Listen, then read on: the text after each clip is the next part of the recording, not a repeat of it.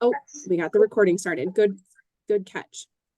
The next thing I'm just curious of, and I don't have the ability to do a poll based on how it was set up today, but if you have never filled out a FAFSA before, if you could please comment in the box, I have not filled out a FAFSA. I have a feeling most of us in this room probably have completed a previous year's FAFSA, but I'm just trying to get a sense of kind of the audience I'm working with here. So if you have never filled out a FAFSA, just drop in a message, I have not filled out a FAFSA for me. But I'm going to assume based on yesterday, the vast majority of us probably have done a FAFSA before. What I will say, if you haven't done a FAFSA or haven't done a FAFSA in a really long time, I'm going to make some comments about things that have changed and will be noticeably different. But for you, block those things out. For our first year students, especially most of them that we'll be seeing at College Goal, they've never done a FAFSA before. So this is a whole new experience for them. They won't know any different. This is just what their experience will be moving forward. So it's all of us old timers that have done this a lot, where we're the ones really having to adjust to the new experience for the students that they're having. So looks like a couple of you have not filled out a FAFSA. You'll have that same experience then as our students, as this will just be a great new experience for you to do it alongside with them. All right, so let's get into it. I have to apologize. This is not a training that should be done in an hour, so I am going to speed through it like crazy. Yesterday, we went over a few minutes. I'm going to try really hard not to today, but there is so much in here that I want to make sure is covered that if we go a little bit over, I will not be offended if you have to leave soon or leave early. Just remember, like Ben said, they will record it, so you can always go back and catch those last few minutes if you need to. Okay, so let me make sure I'm sharing the right screen. And then I want to make sure I can see my comments. So I can see what you all are saying to me. Do feel free to ask questions as we go. Again, because the FAFSA's changed so much, it's a lot easier to address questions in the sections that we'll be in for the FAFSA. So ask questions as they come up.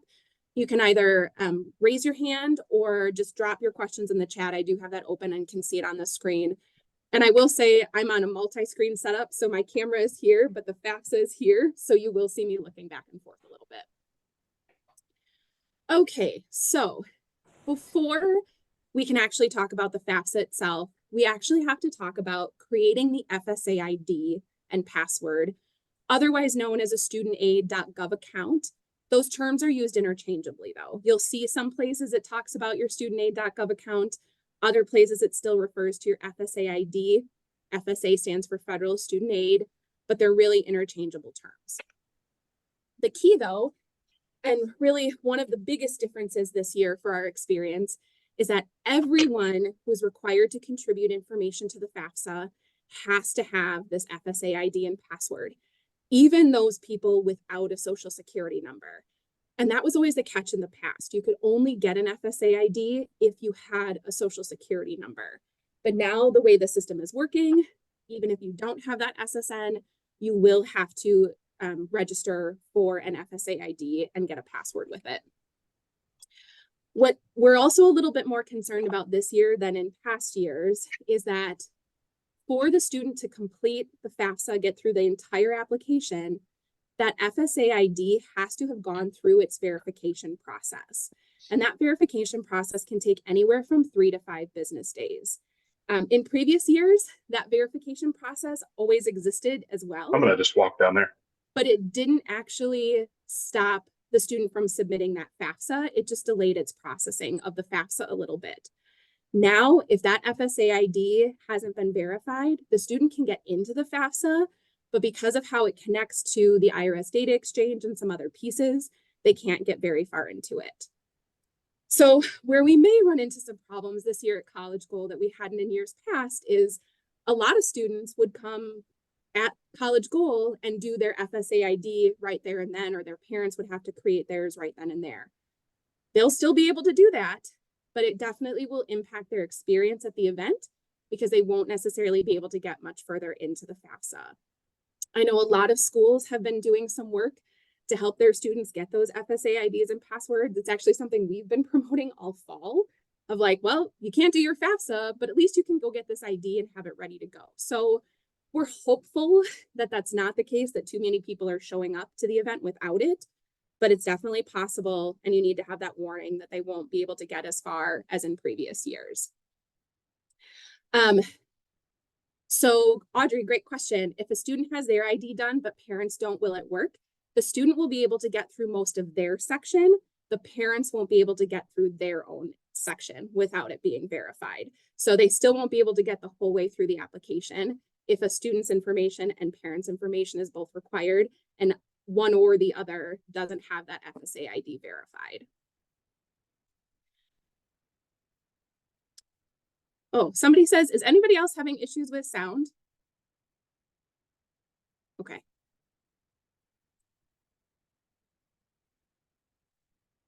We'll keep going. Brittany, hopefully you can have another speaker or some other way to do it. Who needs to create an FSA ID? Jordan will get into that in a little bit. And if a parent has no social security number, can create? Yes, we will get into that one here in a little bit. Let me keep going. So more on the FSA ID. First part is that an email address is needed when you create one. So I'm here, this is the FAFSA homepage. You can create, oops, hold on. Let me go to the Federal Student Aid homepage. That's where I really want to be. The fsstudentaid.gov homepage up here. Students who have it can just log in. If you need to create an account, you're going to click on that up right part of the screen to get started. First note here has to do with social security number. So as I mentioned, moving forward, even a contributor without a social security number still has to have an FSA ID and password. What's different is that instead of providing their social security number, they will check this box here to say they don't have one. And then to continue, they will provide their address. What then happens is a verification process using TransUnion will attempt to verify that person's identity through TransUnion. If they're not able to verify the person's identity through TransUnion, then they're going to be required to go through a federal student aid process where they submit, and I always say this word wrong, an attestation, gotta say it slowly, and validation of identity form along with some other documents. So I know that's a lot. I did save for you all, and I'm going to pop them here in the chat. 2 really useful links. The first is directly from Federal Student Aid and gives those steps I just talked about. So when a person isn't able to or doesn't have a social security number, this is the steps of the process of what it looks like officially. Then even more useful, just yesterday, NASFA came out with their own super handy PDF document that doesn't just give you the steps, it also lays out the actual screenshots of what the person will see when they're in the application itself and the details of how to complete that process. So another super handy document if you're working with families, and these are just parents without a social security number. Students without a social security number should not fill out the FAFSA unless the school they plan to attend specifically tells them to do so. Undocumented students, students with DACA status are not eligible for federal student aid. And so it's not for them to complete this application. Most schools that have financial aid for them have workarounds to submitting the FAFSA. So these students should definitely contact and work closely with their financial aid office on how to be considered for financial aid since they can't do the FAFSA. So social security number without, or parents without social security numbers are really the only ones that should be getting that FSA ID and password.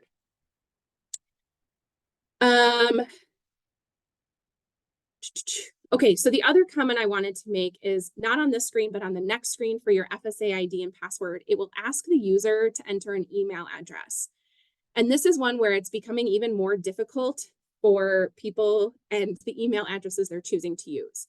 First recommendation is that the student should not be using their school email address, especially their high school email address, because they're going to lose that account within the next 6-7 months or so.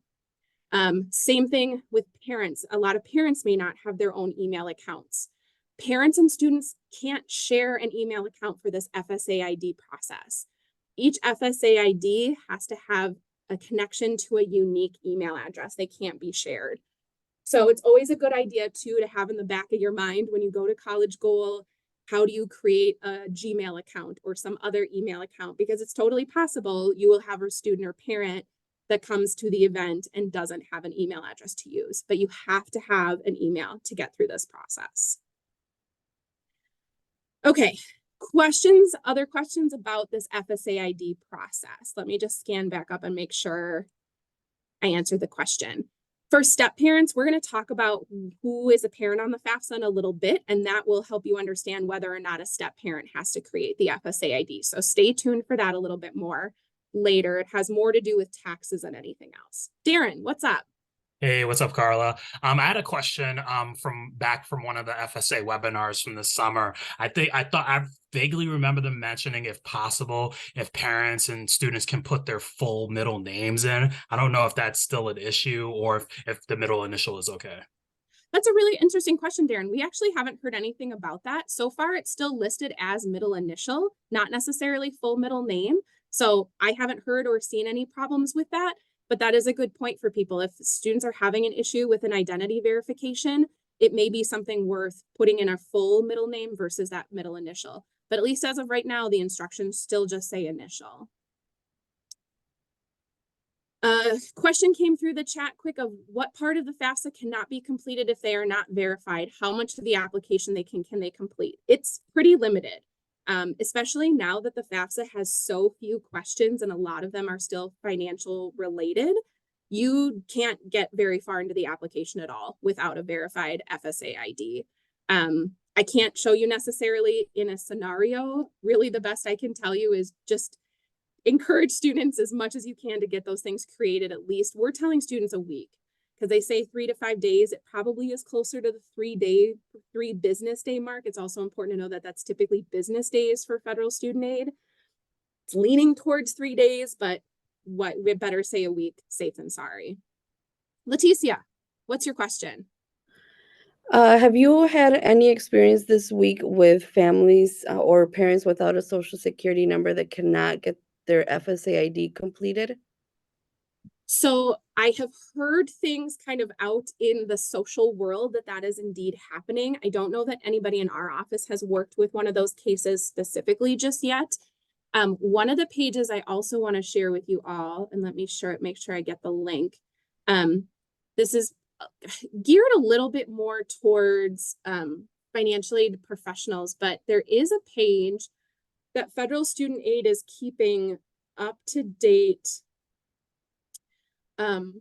the changes that they're experiencing and how to track the problems that they're seeing and the expected actions for those changes. And I'm sorry, I'm just scrolling way too far to find the link. But it is a useful one. If you do see something like that, refer to this link and see what they're finding with other problems relating to, here we go. I found it. Now let's see if it'll open for me. There we go. So here's the link for this page. Oops, that's the wrong one. How about I do the right link? There we go. So this is showing us where all of the open issues are right now that they're finding in the FAFSA. And so if I scroll down in here, there's a couple of different with no SSN issues that they've already noticed. So there's one that if they exit before they get to a certain point, they can't keep going. Parent with no SSN unable to start FAFSA form for student or contribute to an existing form. So this might be what you're seeing, is that if they're having issues, they're getting an error message. And right now they're telling us there's no workaround for this. So it may just be something where they're going to have to wait a little bit before they're going to be able to get in and get it submitted. Okay, yeah, that's what we experienced with a parent here in the office. And we're just wondering if anybody had seen anything different, because in preparation for the day that we're going to be working with students, if it's taking a couple of days to process, we're thinking some of our families are not going to be able to do anything the day of. Yeah. And unfortunately, Ticia, that's actually going to be maybe more widespread than we even realize, because some of the things that's also a problem is we don't know when the FAFSA is going to be available, right? Like We were told yesterday and today it was available between 8 a.m. and 8 p.m. That's Eastern time. So if that still even follows suit next week when College Goal starts, that only gives us about an hour window for when FAFSA will actually be available during our events to complete it. So in a room of 40 or 50 people, you may only have a handful that can get very far for this event. But I think our goal is just to help as many people as we can get as far as they can, and also remind them that they've got financial aid offices to connect with and people and resources that are still going to be here even after the events to help them get this done. The other reminder too is that January is just going to be a rough month in general. We at the financial aid offices aren't even going to get this data until the end of the month. So if it does take a little bit for students to get it submitted, that's okay. We are not in a panic mode yet of these needing to get done like right now. It's going to still be a little bit.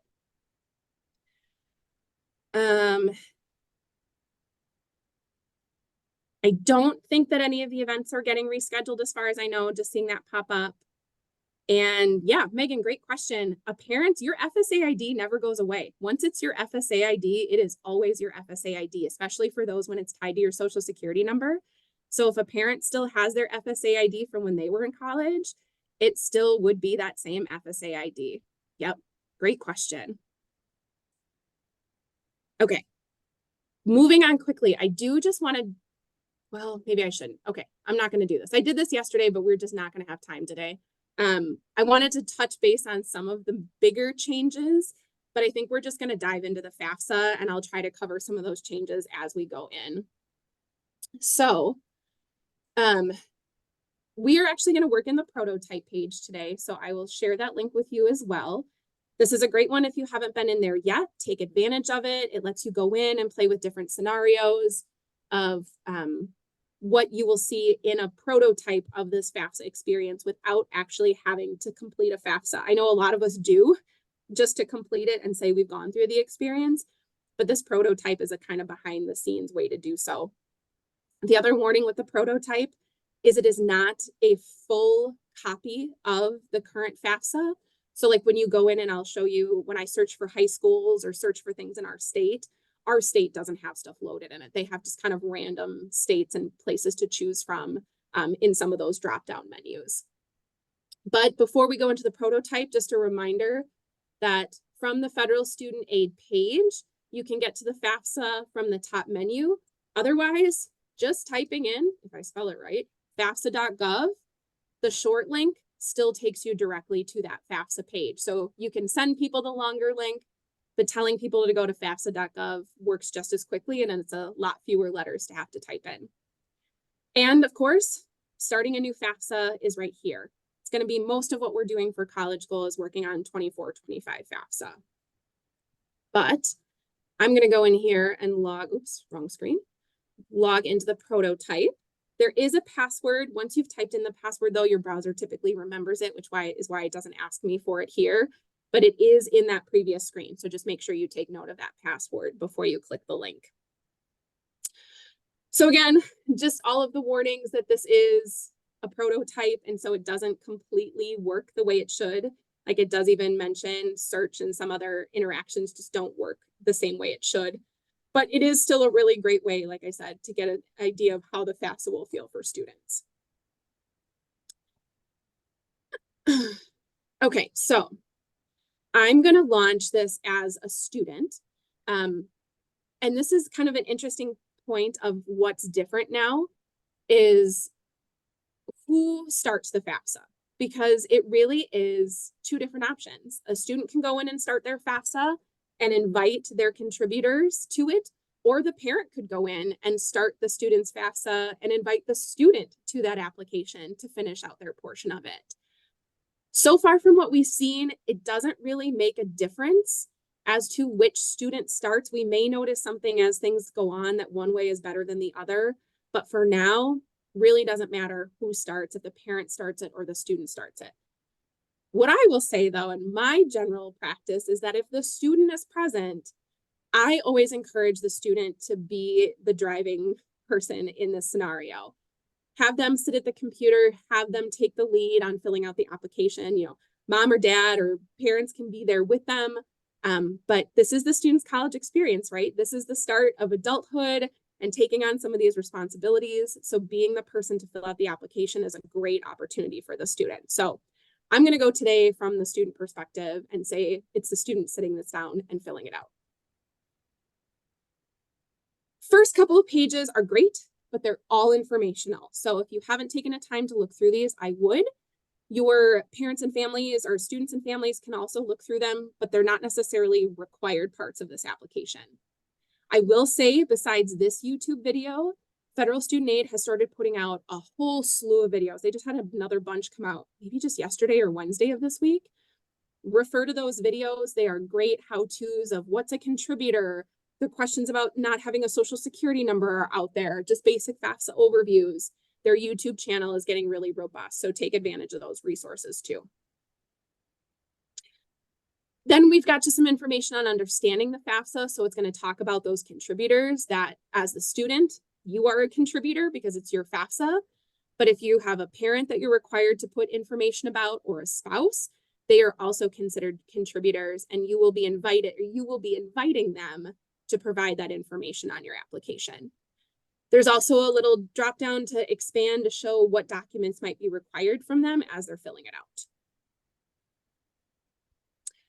Oh, also wanted to point, I should have pointed this out when we started. Do take note that up here at the top left, it tells you who's currently logged in to the system and who's filling out the application.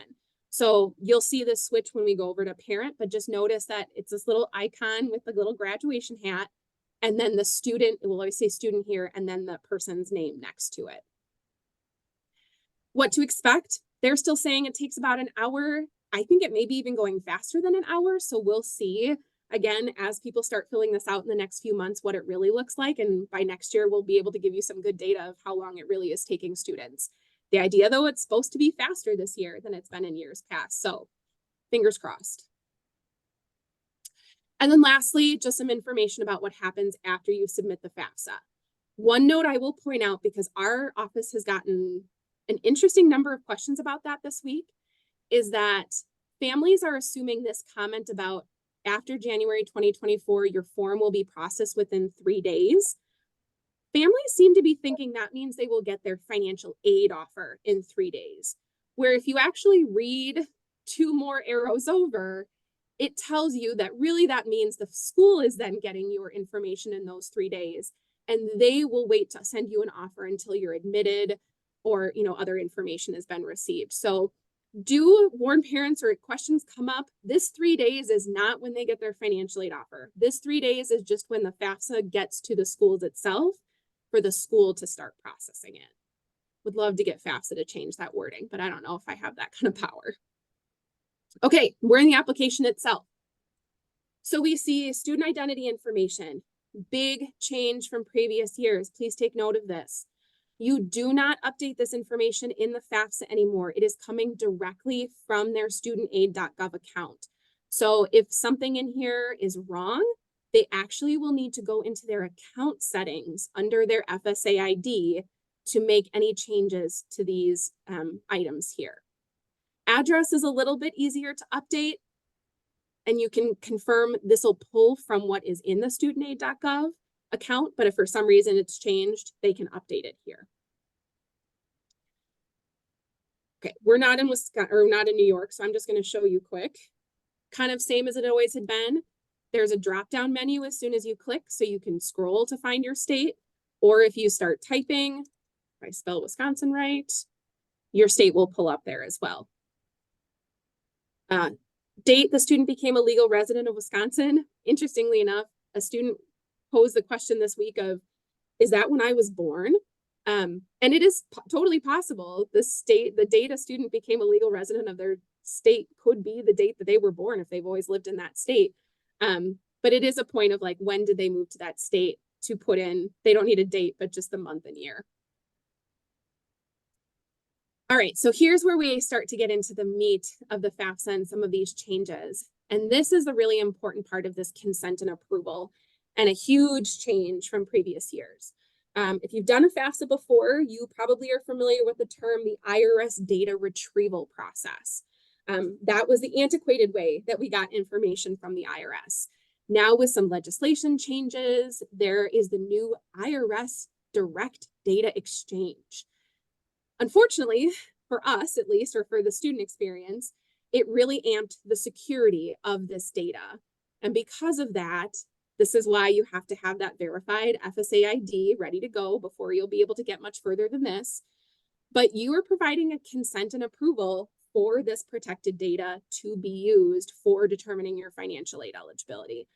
So they're taking it a lot more seriously in terms of really laying it out here. And you can see the summary is the best part. Look at the summary. But there's a lot of details on this page of what they're asking students to read through. Again, focus on that summary, and then these frequently asked questions are great to look at. The key is unless a student hits approve, they cannot get any further in this application. Same thing with any of their contributors. If their contributors do not click approve, that student, like it says here, they are not eligible, can't highlight it, for federal student aid, cuts off their access. So this is going to be an important change, that they will have to approve this consent and agreement. But when we hit approve, we can move on. And now system knows to grab that tax data and bring that in for my application. Personal circumstances. This is really the dependency questions of old for those of you that remember. And some of them now get tied to this new definition of unusual circumstances, which you'll see here in a second. So determining ultimately, will I or will I not have to provide parent information or spouse information on my FAFSA? In this case, I'm kind of playing this as we're a right out of high school 18-year-old. So I'm going to say single, never married. I'm a first-year freshman right out of high school, and I will not have my first bachelor's degree. And then, like I said, personal circumstances are really these dependency questions of the past. So is a student currently serving on active duty? With this question, key is active duty. They can't be serving for purposes, for training purposes. So I always think of this, if a student is in the reserves and they're just on their annual training, that does not count as active duty. But if they are called up for active service, then they are considered active duty and can check this box. One of the changes that should actually be a good thing is they updated the definition of a veteran to actually match the definition of the Veteran Administration. So this question should be more clear than it was in the past, but a student will know if they are a veteran of the U.S. Armed Forces.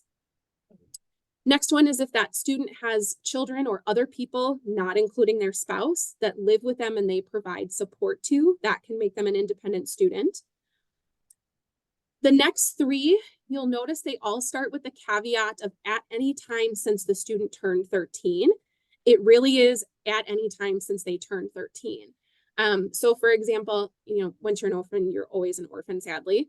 But for something like ward of the court or foster care, both of those things can be for a temporary period of time. So even if that student, say, was in foster care for 2 weeks when they were 15, that still counts. And even if they're reunited with their parents and are with their parents at the time that they go to fill out the FAFSA, because of that time in foster care, they are automatically independent on the FAFSA and do not have to provide parent information. The next one is an interesting one in Wisconsin, because I always have to point out that the state of Wisconsin does not emancipate minors. Everybody is emancipated when they turn 18. That is adulthood. Some states will emancipate people before they turn 18. Wisconsin does not. So if you ever have a student who lives in Wisconsin and says they're emancipated minor, you definitely want to question that and look a little bit more into what their status is. They may have some other court-based status, but it's probably not an emancipated minor. Other states do have that, we just don't. And then similarly, if they were in legal guardianship with someone other than their parent or a step parent as determined by a state is another way that they can get independence. So we're going to say none of these apply because I want you to see what it looks like for a dependent student and their parent information. The question is still asked as well about homeless status. What's hard is I found out yesterday, if I try to click and then change the answers, it wants me to start over. So I'm not going to click the box. But if I answer yes to this of being at risk of homelessness, it then asks clarifying questions of who helped make that determination of your homelessness status. But I'm going to say no because I want you all to see dependent student. Unusual circumstances, these are what, it's kind of like a new umbrella term that they're using to refer to the scenarios where a student might qualify for what's known as a dependency override. So based on basic information, that student should have to provide parent information on their FAFSA, but because of unusual circumstances, we're determining here in the financial aid office that that student can be independent for other reasons. This is now a lot more clear on the FAFSA for students than it had been in years past. What's also different is that students in this situation will be able to get through the entire FAFSA and get what's called a provisional student aid index, which is now the end number of the FAFSA, but they still have to follow up with their financial aid office. Just getting a provisional student aid index number won't actually get them their financial aid offer. So if you're working with students who are in these situations, the most often we see, sadly enough, are, abuse, abandonment, estrangement, incarceration of a parent. But if you're working with any students in those situations, do make sure they follow up with their financial aid office. But again, gonna say no to this and move on for the next one. Even if a student is not in an unusual circumstance, they are given the opportunity to get an unsubsidized loan without parent information. The downside is that's all they get is an unsubsidized loan. So we try to really steer students away from this option if at all possible. If it's a situation where their parents don't want to submit the information, we always recommend that they, again, talk to that financial aid office, because that's what a lot of our advisors do, is spend time talking to parents about the implications of filling out the FAFSA and how just providing that information doesn't mean the parents are then responsible for any bills or costs related to college. We just need the information to make sure the student has their financial aid opportunities. Okay, so no unsub only. We want to do the whole thing. Okay, so this is where we get into parents. And I actually want to bring up, see how quickly I can find this file. Again, the resources on federal student aid, they're doing a really good job of putting things up there. And one of these is this graphic. Let me see if I can make it bigger for you all. Is who is my parent on the FAFSA? And this graphic is available on the federal student aid website, but this also will help answer that question earlier of who is going to need an FSA ID and password. So in the case that its parents, biological or adopted parents, are married to each other, your parents are both going to have their information on the FAFSA. If they filed jointly, only one parent has to have that FSA ID and password, only if they filed jointly. If the parents, though, are married and filed separately, any combination of separately, both parents will have to have an FSA ID and password, because part of that process, remember, is now giving approval for their tax information to be used on that FAFSA. When they're filing joint, it's easy. Only one parent has to provide that consent because it's a joint return.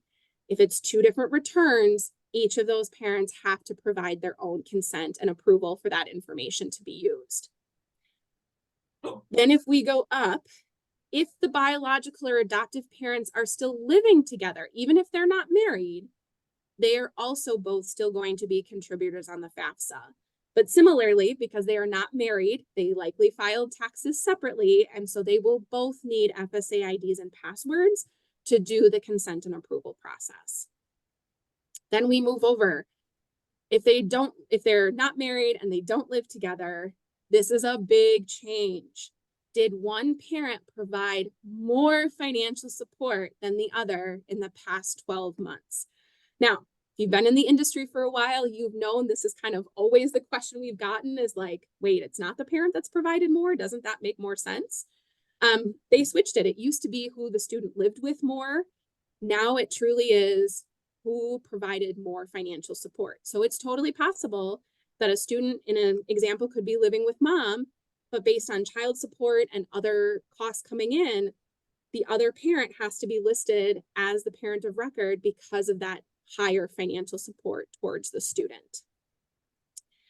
So if yes, one parent provided more support, it's really easy. That parent is the one whose information on the FAFSA. And then getting to the question earlier, if that parent of record has remarried, their information has to be on the FAFSA. But this is where it gets back to the tricky part in this FSA ID now really connecting to taxes. If the parent of record is remarried and they file jointly, only one or the other of those two parents has to have an FSA ID and password.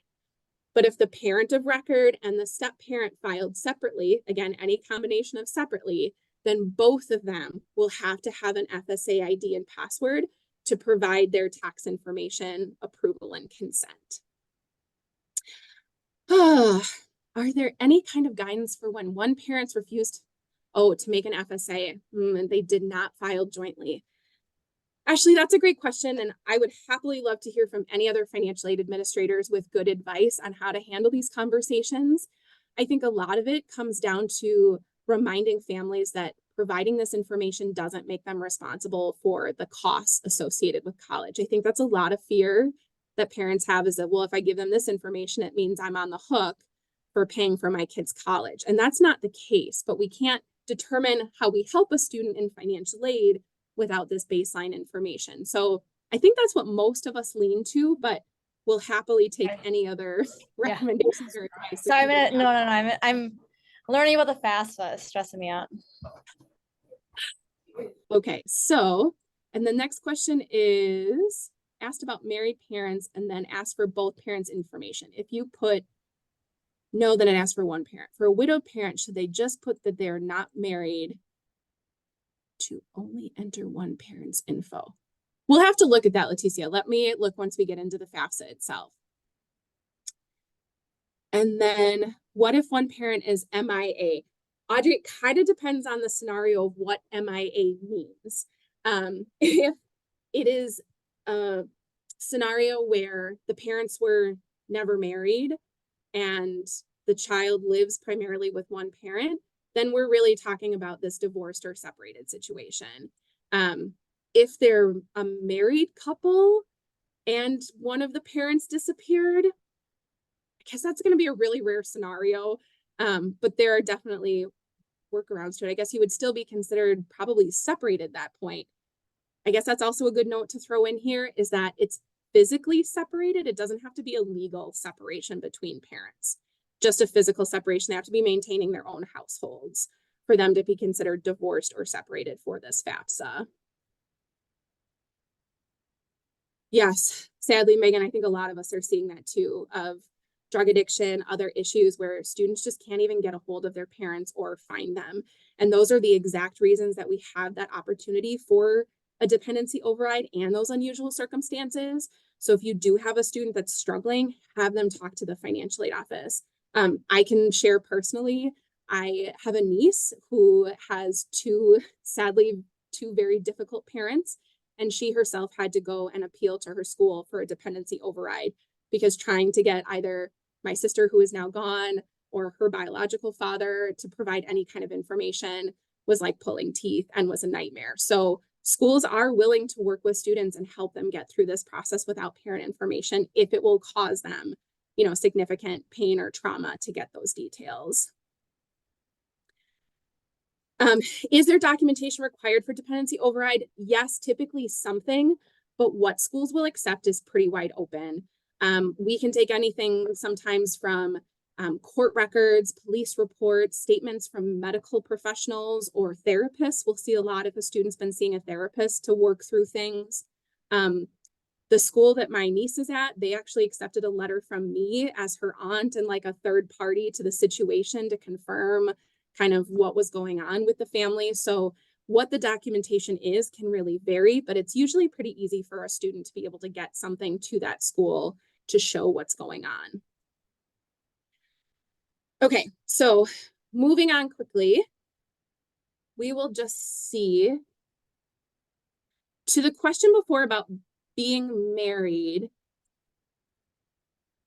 If the person is widowed, they're going to say no because they're not technically married anymore. So they're going to say no because they need it to pop up. So it is just that one parent they're asking questions about. They're not married technically anymore. Another change to the FAFSA, because they've had so many difficulties with the parent part of things, They really did lay out these questions in such a way that you ask one question, you ask another question to really try to help you figure out which parent should be used in the situation. So I'm doing it that I'm saying this is a divorce separated situation. They're not married. They don't live together. But in this case, yes, one parent provides more financial support, and we're going to say that this parent has not remarried. Then the FAFSA does its job and tells me you're just going to provide this information for this parent only. And that's all you have to pop in there. And then you can see it kind of like swapped out there where the second box would pop up if there is a second parent in the situation. But as you see here, this is the part where you're going to invite the parent to fill out the FAFSA. You're going to stick in their name in the information. Same thing, like if they're filling out an FSA ID, if the parent doesn't have a social security number, they'll check this box, and then the fields will open up for the student to provide an address for that verification instead of a social security number. So I'm just gonna drop, oops, forget.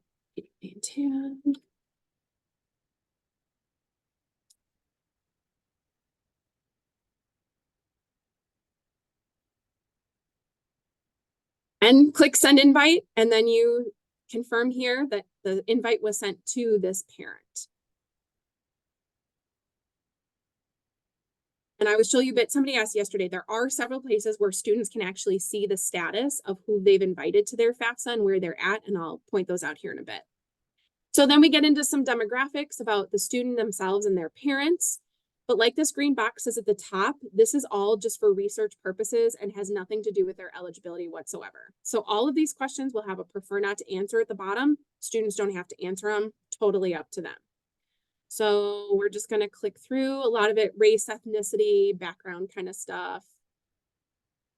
You can even go as far as saying what your ethnicity heritage is. And then getting into citizenship status. Again, like you heard me say earlier, US citizens, nationals, and eligible non-citizens are the only ones who should be filling out this FAFSA. Yes, it has this option for neither US citizens or eligible non-citizens to do so, but from everything we've heard, you should not encourage a student to fill out the FAFSA unless their school that they're going to has specifically said, we need this FAFSA. Most schools who have funding for students who are undocumented or have DACA status have workarounds because the FAFSA is not the way to go for this population. So in this case, we're a US citizen. It's asking about my parent education status. In the past, this had been used to determine first generation status of students whose parents did not have a 4-year degree. But based on the wording, it's probably likely that that will not happen moving forward. The vagueness of the language doesn't necessarily connect well enough to confirming true first generation status. So the seriousness of this question is more, again, for research than for anything related to eligibility moving forward. Parents killed in the line of duty. This is since 9/11. We've seen a couple of these over the years, but they're pretty rare. It's possible, though, you will run into a student whose parent passed as a result of service. They would just check yes to this box. High school completion status, basic options, your diploma, your state recognized equivalent, like a GED, and then of course, homeschooled students. Okay, now this is where I promised you it's going to get a little wonky because this is just the prototype, but this is where a student has to enter their high school information. And it's not going to show you any real places in Wisconsin, so I'm just typing things in here. But ultimately, if you search by city and state, it will show you a list of all of those schools in that city and state for you to then choose which is your correct high school that they attended. It'll give you an option to confirm where you said you went. And then we move into finances. Now, what's shocking about this is the finances section, because all of that information is coming directly from FSA, or excuse me, from the IRS.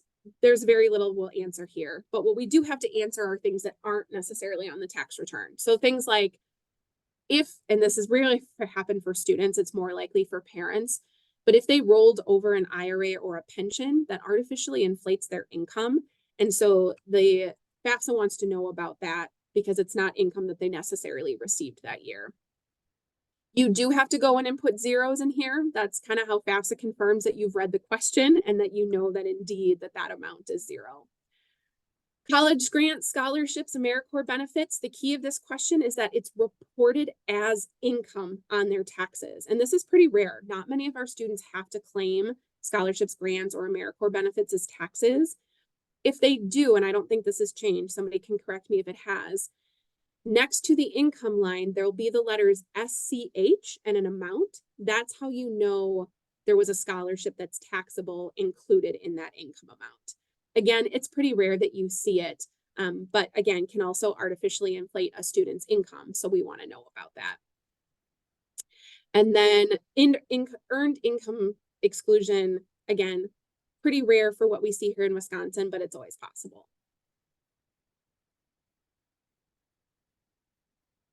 Ooh, Kelly, interesting question. When you filled out your daughter's app, it made her put in her income and income tax withheld.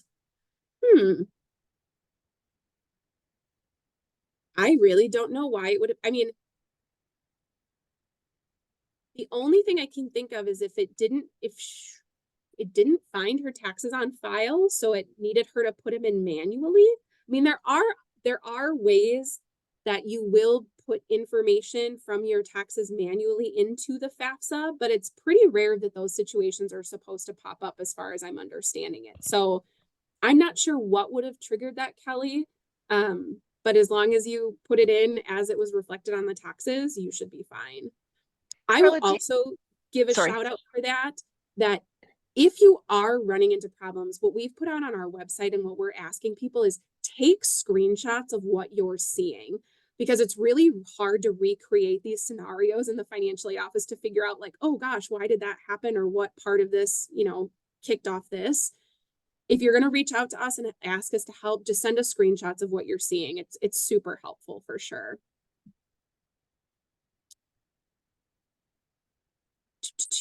On what line do you find the rollover amounts on student assets? Maggie, are you asking about the rollover amounts on the tax return itself? Because those rollover amounts will show exactly on the IRS line, or on the pension line and on the IRA retrieval line. It'll show the rollover on that same line. Oh, or are you talking about, okay, never mind. Does it tell families where to find it? Okay, so that's a really good point. One of the things that I also have not gotten really into yet is the FAFSA used to have these really great little question marks next to every question that if you clicked on it, it would show you like exactly where to pull that information from. Now it doesn't seem like they have those question marks, but they have these little italic sentences underneath the questions, as well as this help screen here to the right. The downside is I can't use the help screen in the prototype, and I haven't gone into the FAFSA itself yet to try it there, but I'm hopeful that they were smart enough to put in those details of telling families where to look on the tax return for those details. I just don't have it from my access, so we'll find that all out together. Oh, and Laura, great. You've got the actual tax line there for where taxable scholarship shows up. That's fabulous. I know it's always the income line, but that line changes every once in a while, so it's hard to remember what number it is. Okay, so then we're assets. Man, you guys, it's almost 11. This is hard. Okay, cash savings and checking, no different. What does the student have in these accounts? We'll just say they have $100. Net worth investments also haven't changed. We do not account for the home the family lives in or any retirement accounts, but it's any other assets that that family has. And then lastly, current net worth of business and farm worth. This is a big change for 24-25. In the past, we got to ignore what they labeled as small businesses and investment farms. That small business and farm caveat is out the window. So if you own any business or any farm, no matter its size, you have to account for that business's net worth here. The big reminder for this, though, is that net worth is the asset minus any debt against it. And honestly, it's the debt people take out against their businesses that will ultimately help them here. A lot of farms run really debt heavy against their asset, year round, so they may not have anything to report here. But that is a difference that families are going to experience, that they will have to have some sense of if their business or farm has any net worth at the time that they're filling in the FAFSA. Okay, questions popping up. Oh, okay, somebody pointed out, yep, the italics where to look, and some still have the question mark. Okay, I haven't seen a question mark yet, so I'm curious where they're popping up. Maybe they're just not in the prototype. I don't know. Will they be able to use their ITIN to retrieve info from the IRS, or will they have to answer it manually? Anybody without a social security number is going to be entering tax information or income information manually into the FAFSA. Okay, so we go into colleges. I'm trying to zip through this because I want to show you at least a little bit of the student experience. Same thing, the search tool is awful. It's not going to show you anything of value in terms of schools in Wisconsin. The key is students can search by state, they can search by city. They can pick new this year up to 20 schools to send their FAFSA to instead of 10. I don't know why they'd want to send it to 20 schools, but they have that opportunity. I'm picking 2 so you can just see, here are the 2 schools. I can also view more info on those schools if I want to, and I keep moving. So I'm at the end. That's truly it. This is the student's experience. They can do a drop down to see everything they've provided at this point. And then here's the first chance they have to see that contributor section, which shows them here's who you sent when they've been added and where their status is at. So right now we know that invite has been sent to that parent. Because I already am signed in with my studentaid.gov account, all I have to do is check a box to sign away all my rights to financial aid. No, I'm just kidding. Just all the agreements, making sure that they know that they can't use this money for things outside of their education, that their information is accurate. We're just agreeing to all those things and then signing. And then you're almost there. So this is celebrating the fact that the student is now complete, which is great. But there's still a requirement. Oh, the stupid thing. Sorry. Hopefully you saw this before this popped up. I don't want this to disappear though, because it's what I need to get to the contributor. But hopefully you saw in that status bar, again, it showed who the contributor was when they were added and that status point of it there. Okay, here we go. View contributor. So email is sent. This is exactly the email that is sent to the contributor. And I'm so glad the prototype did this, that you actually get to go through these steps so you can see the actual experience. Parent gets the email, gives them information about why this is going in, and they just click login. This is the point where if they have their own studentaid.gov account, they pop in that FSA ID and password, and they log in and get access. And here we go. So from the parent's perspective, they want help. All I have to do is accept the invitation to share my information with Raya's FAFSA. Things to point out, again, like I said earlier, this now little box has moved from that graduate icon to these people, and it says I'm now the parent of Raya working on this FAFSA. So again, frequently asked questions. The first 4 pages are going to be these info pages. Same ones the student gets, they're just worded for the parent as a contributor instead of the student. And then we get into the parent information. Very similar look and feel. Same thing with personal details. Those have to be updated in the studentaid.gov portal or in their account. Address can be updated here if needed. Then we get into this consent and approval again. Remember, summary is the best part because there's a whole lot of text you got to scroll through. And then you've got some great frequently asked questions. But again, they have to approve. If they decline, that student loses their eligibility for federal student aid. So we need them to approve it. They're going to ask some demographic questions for the parent, mostly to confirm some of what the student reported. So remember, we said in this case that this parent weren't together. So we're going to say it's a divorce situation. Their state of legal residence. And it populates again from what the student had in here. So if the parent's date of legal residence is different than the student, they should update it here. I don't know that it always makes all that much of a difference, and it's not used for eligibility purposes, but you want it to be accurate.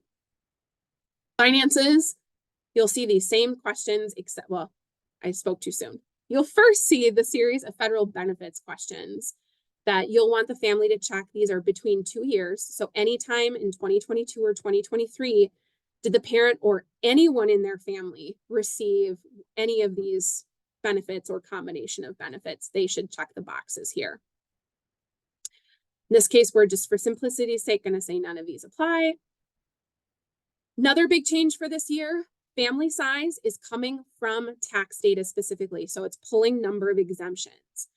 What's different though is FAFSA is giving people an opportunity to correct that amount if it's different than what they claimed on their tax return. And we know that's possible, right? Just because you have certain exemptions, it doesn't necessarily completely equal who you're supporting in your household. So if they say yes, easy peasy. If they say no,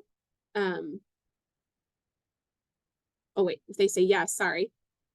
They say yes, it's different. That's when the family size pulls up. This is what is coming from the tax information. So they can see what the family size is and correct it here. Otherwise, if it's no different, they just say no, then it's easy peasy and they move on. I always get those yes and no's confused. Number in college, sad point. This question is being asked, but it does nothing in the calculation of the student aid index moving forward. In the past, it actually had big implications potentially for a student's financial aid eligibility. This is one of the big changes this year is there's nothing, it's not accounted for in the actual SAI calculation. Schools may choose to use this on a case by case or individual basis, but that's up to schools. Why students still have to report it, that's going to be under my skin this year since it doesn't have any impact, but they do have to report the number of people in college and the family. Same questions, IRS rollover, and I'm looking here quickly. I don't see question marks or italic text that says where to look. And I can't use my little help question mark up here. So we'll have to try in the FAFSA once we actually get there. But we're just gonna, for ease sake, set 0. The parents will also get asked if they use the earned income tax credit. Same thing about grant scholarships. Rare you'll see this with parents, more likely you'll see that with students, and foreign earned income exclusion. Then we get into assets. So this is a really big change. Although the annual child support received is its own question, it's not being considered untaxed income anymore. There's actually no questions on the FAFSA at all about untaxed income anymore. Child support is now being considered an asset, which is why you see it with these asset questions. So if a parent is in a divorced or separated situation, they will be asked how much child support that they received in the last complete calendar year. So this is a little confusing, and aid administrators correct me if I'm not understanding this. But even though the FAFSA is based off of the preceding 12 months from when you fill out that FAFSA, this question truly means the last complete calendar year. So if you are in 2024, the last complete calendar year is 2023. So you're going to put the sum total of all child support you got it in 2023. That's the last complete calendar year. So we'll be doing that for most of 2024 until 2024 is complete, and then 2024 will be the last complete calendar year. In this case, we're just not going to say there's any child support. Same asset questions otherwise, cash savings and checking, net worth real estate, again, not the home the parent lives in or any of their retirement assets. And then same thing with business. We don't get to exclude small businesses or farms anymore. It's everybody has to account for their net worth. And same thing, like you saw with the student, parent gets to see everything that they plugged in and how they answered before they move on to get the same signature page where they're going to be sworn to promise all these things that they're doing what they should to check a box. And then because they're the last ones to have to contribute, it doesn't just say sign, it's a sign and submit. If the parent is the one who starts the FAFSA and the student ends it, their little box will say sign and submit at the end. Whoever is the last one to do the completed part of it, that's where you'll see a sign and submit. So then you get a congratulations, it's done. It gives you those next steps again. And then you're pretty much done, which is great, right? Hopefully that takes less than an hour for families to do as well. Couple things to point out too, in terms of ending it in January, when a student ends it, they will get an estimated student aid index when they complete the FAFSA in January and a basic idea of their eligibility, but they will not actually get their FAFSA submission summary until the end of this month into early February, when they actually start processing those FAFSAs and sending them to schools. So they might have some idea of their aid eligibility when they're at college goal, but it's still probably going to be a month plus before they get any sense of their financial aid offer. And that's a really good point to know too, is that because of the delays in FAFSAs, you can really guarantee students that schools are going to be delayed getting those financial aid offers too. We are doing everything we can to move super quickly. I know my team is working so hard so that as soon as we get them, we can try to get offers out. But there are so many moving pieces here that we don't even have some dates or timelines. Like besides this vague, they're sending us the FAFSAs at the end of January. We don't even know when exactly that is. So there's only so much planning our team can do. So just warn students, it's going to be an odd year.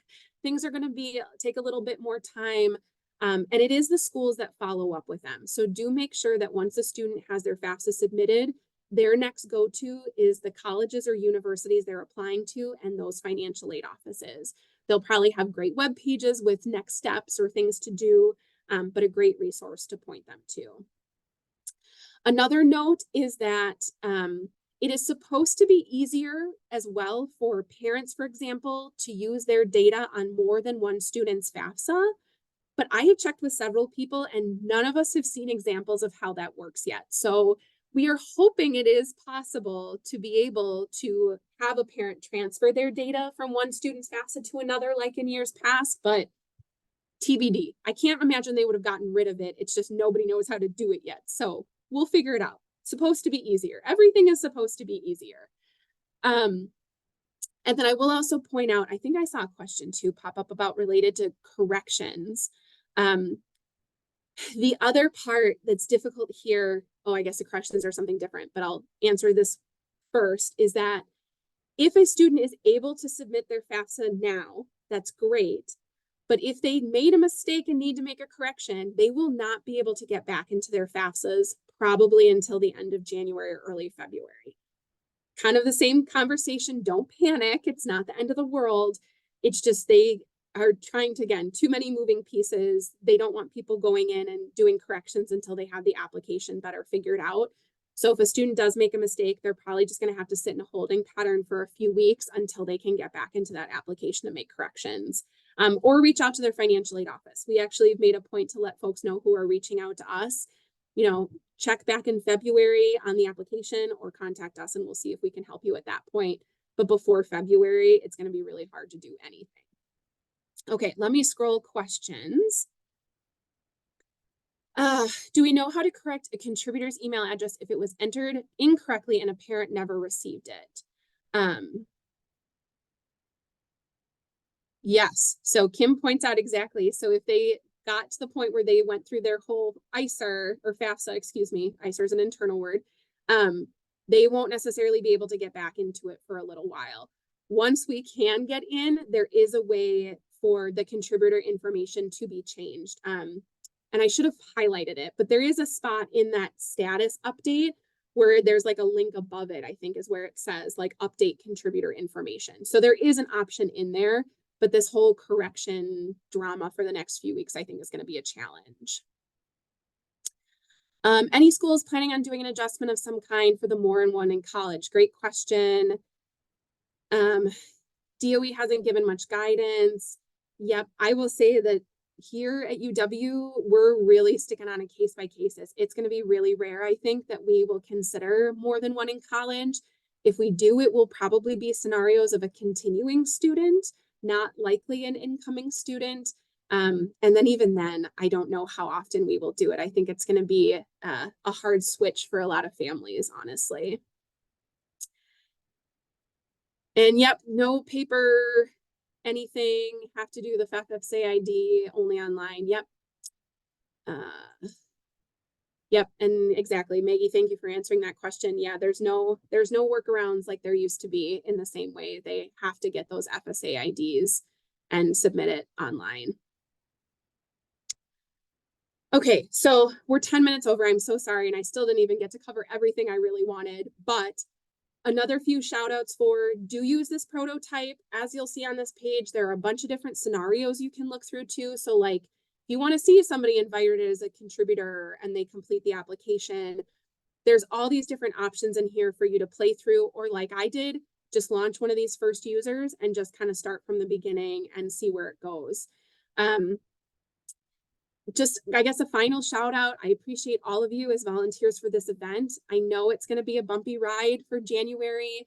Like I mentioned, you may show up and not have a lot of people being able to access the FAFSA, but really kind of like our mantra in the office right now is like, it's going to get better. And if this is for the better, it's going to be better in the long run. So try to go in with a positive attitude and a smile on your face. And again, remind folks, even if they can't get it done at College Goal, there are financial aid administrators all over the state that are ready to jump in and help with any questions they have at their local college or university. So make sure you're making those connections too.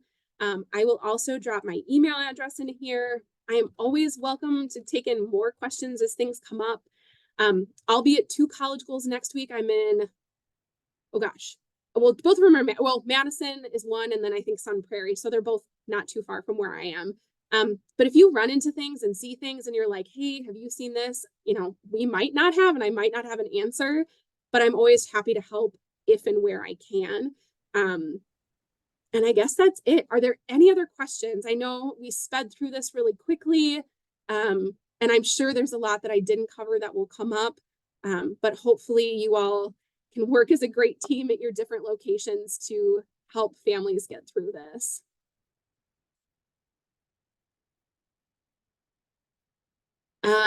Yes, recording will be posted. College Goal Wisconsin team will send that out to folks. Yes, Rody, Robert, it is going to be improved. We're saying it's improved. I'm going to be the positive stickler in the back, being its champion of like, this is good. It might suck for all of us on the back end, but it's great for students. I feel like there's a lot of things like that lately. It's great for students. Might not be good for us, but it's great for students. Okay, I think that's it. If there's anything else that comes up, like I said, reach out, but good luck. Thank you again so much for volunteering. Know that your sites appreciate you, your students and your families appreciate you. I appreciate you from a distance. And yeah, hopefully the next few weeks are easier than all of us expected with no problems whatsoever. And we'll see you next year. Thank you for attending. Remember, if you are a site coordinator, please be reaching out to your volunteers to let them know when and where they need to be on what dates. And if you're a volunteer, hopefully you'll be hearing pretty soon from your site coordinators. Thanks, everyone.